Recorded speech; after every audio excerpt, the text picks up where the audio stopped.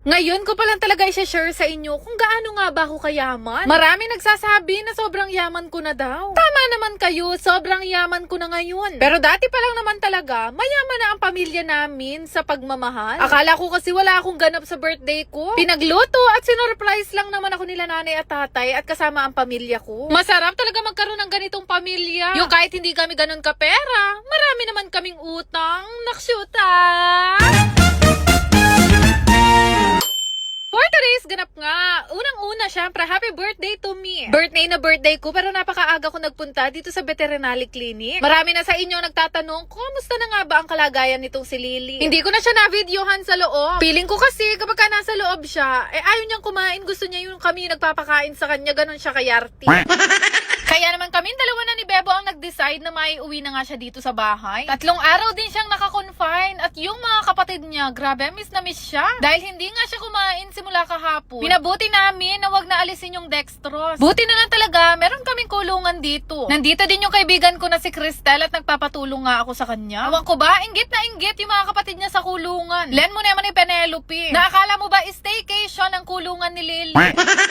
Sabi naman sa amin, okay naman daw ang kalagayan ni Lily, kailangan lang daw talaga niyang kumain. Maya-maya, inaya ko sa labas si Bebo at sabi ko sa kanya, kailangan namin magtanim ng halaman. At ang dahilan kung bakit, nire-required yan sa munisipyo ng Pulilan bago kami bigyan ng marriage license. So, nagtanim kami ng siling labuyo at saka siling berdi. At fast forward, kinagabihan nga, medyo okay na nga si Lily at inalis na namin yung dextrose niya. Wala sa kaalaman ko na meron palang ginawang surprise ang nanay at tatay ko. Wala talaga akong planong maghanda. Alam nyo, ang sinabi ko na nga lang kay nanay, ayoko maghanda ngayon, siguro sa mga susunod na taon. Pero ang Angeline mapagmahal, hindi pumayag, pinagluto niya pa rin talaga ako ng mga paborito ko. Minessage niya pala yung mga kamag-anak namin na pumunta nga ngayon at isurprise nga daw ako. Noong nakaraang araw, nag-declutter ako ng mga damit namin dalawa ni Bebo. Iuwi ko nga yan sana sa farm, kaya lang wala akong time. Tawag-tawa naman ako dito sa mga tito ko na pinagsamsaman ang damit na binigay namin.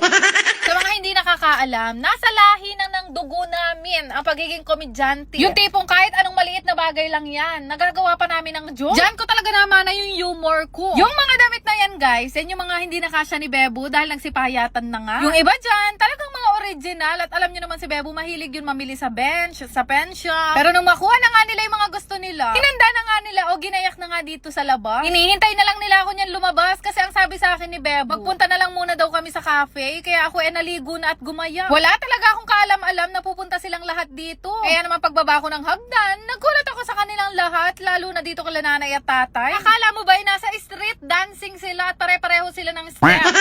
Iisa ang galaw nila, pero iba-iba ang tono sa pagkanta. Hindi na talaga ako nag-expect ng kahit ano pa ngayon. Do may mga nagpadala naman na sa akin ng mga regalo, ng mga cake. Pero yung pagluto at pagganda, wala na sa isip ko dahil nagkasakit nga si Lily. Kaya grabe, sobrang saya ko nung makita ko silang lahat dito. Hindi pa mo ako nag-ayos niyan, kakaligo ko pa lang, anak syuta.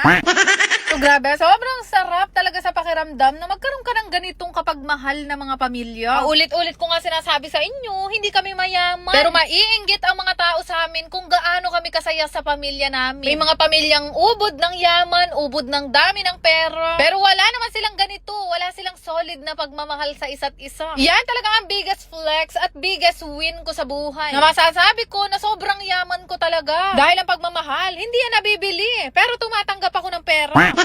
Kaya rin nga nila akong pagkanta, sabi ko sa kanila magkainan na tayo dahil ako din gutom na. Nagluto nga ako ni nanay ng menudo, kalderetang itik, spaghetti, tilapia at syempre, pwede bang mawala ang buro? Bukod doon, gusto ko din magpasalamat sa lahat ng mga brands na nagpadala sa akin ng mga regalo. Hindi nga matapos-tapos ang birthday celebration ko kasi kahit hindi ko na birthday, may mga nagpapadala pa rin. Maraming salamat po. Sa gitna nga ng pagkain namin, finlex naman sa akin ni Angeline ang kanyang kilikili na talaga naman namuti na. At gusto ko lang ipakilala sa inyo kung ano nga ba yung gamit niyang product. Walang iba kung hindi itong extra white underarm serum ng Kaycerin. Sinabi ko sa kanya na maganda yung effect nito sa akin, kaya pinagamit ko rin siya. Halos magkakulay kami ng kilikili niyan, pero ngayon, mapuputi na ang kilikili namin. Diyos ko, Oo, naisingit pa ang usapang kilikili habang nagkakainan kami.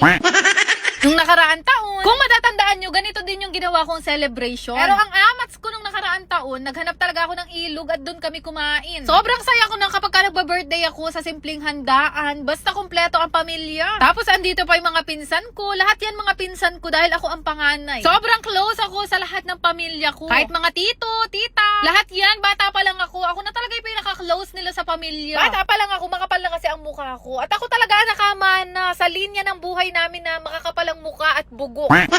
O sakto, kapampangan pa mo ako. Talaga naman nangasdan si Bebo nung umuwi siya sa amin. Alam niyo naman ang mga kapampangan, pag nag-usap yan, sabay-sabay nagsasalita na parang mga itik sa sangka.